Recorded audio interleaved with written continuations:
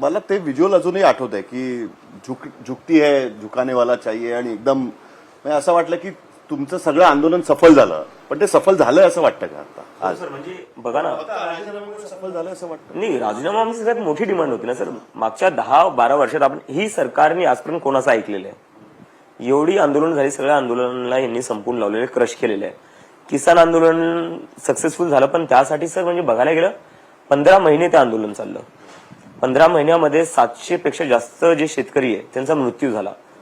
तर त्यांना खूप मोठा स्ट्रगल करावा लागला. तर त्यानंतर पण सरकार जी झुकली ते इलेक्शन युपीचे येणार होते आणि वेस्टर्न युपीचा खूप मोठा इन्फ्लुएन्स होता सगळ्या इलेक्शन्सवर आणि त्या आंदोलनात पण. त्यामुळे त्या सरकारने जे डिसिजन घेतलं, पण हे 36 डेज मध्ये ही गव्हर्नमेंट रेडी झाली आमच्या डिमांड्सला. तर it was a very big victory. आणि सगळ्यात सिग्निफिकंट गोष्ट ही आहे की या लोकांना झुकवलं कोणी, कुठल्याही पॉलिटिकल पार्टी किंवा कुठल्याही पॉलिटिकल ऑर्गनायझेशनने नाही झुकवलं. हे सगळे एक 20 ते 35 वयातली जी मुलं होती जे शिकतायत किंवा जे मुलं शिकून बेरोजगार झालेली आहेत त्या मुलांनी झुकवलंय. This is the most significant thing जी गव्हर्नमेंट म्हणायची सरकार में इस्तीफे ने होते. तेच राजनाथ सिंग आज म्हणतात की धर्मेंद्र प्रधानचा रेजिग्नेशन आम्ही घेतलेला आहे, it's a good sign for democracy. तर कुठं ना कुठं त्यांनाही कळलेलं की आता लोकांना इग्नोर करून चालणार नाही, लोकांचं ऐकावंच लागणार आहे. आणि यात असं काही लोक म्हणतात की बीजेपीसाठी ही खूपच लाजीरवाणी गोष्ट आहे. त्यांचे सपोर्टर्स म्हणतात की आता डोनाल्ड ट्रम्पचं सोडून तुम्ही सीजेपीचं ऐकणार आहे का? यात वाईट का नाही? The government is listening to the people. This is how democracy should be. लोकशाहीमध्ये हेच झालं पाहिजे ना. सरकार जर आमचं ऐकतीये किंवा आमचं ऐकून एका मिनिस्टरला रिझाईन करतेय तर हीच तर लोकशाही आहे ना. तुम्हाला असं नाही वाटत की तुम्ही ज्याला म्हणताय की तुमचा ऐकून राजीनामा घेतला, धर्मेंद्र प्रधान यांचा राजीनामा तुम्ही जर वाचला असेल तर त्यांनी त्याच्यामध्ये स्पष्ट असं लिहिले की देशविघातक शक्तींना बळ मिळू नये म्हणून मी राजीनामा देत आहे.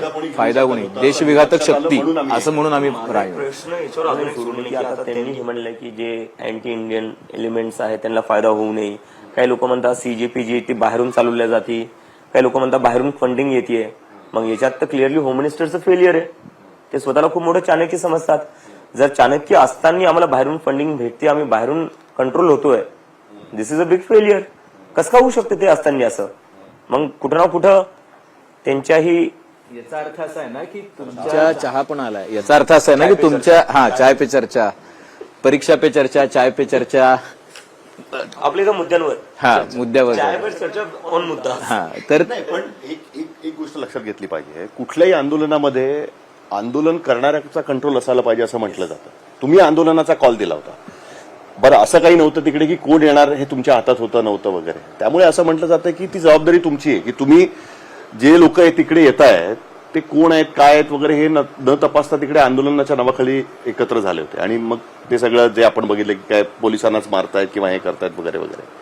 तर हे काय होतं मग त्याला आपण काय म्हणायचं? सर देशातलीच लोक येत होते ना, देशाच्या बाहेरून ते येत नव्हते. शीटर्स होते, हिस्ट्री शीटर होते. मग हे बाहेर काय करत होते? हिस्ट्री शीटर जर बाहेर फिरत होते, हे जे क्रिमिनल जर बाहेर फिरत होते, this is a failure of the Delhi police. आणि दिल्ली पोलीस कोणाला रिपोर्ट करते? अमित शहाला. मग हे अमित शहाच फेलियर आहे.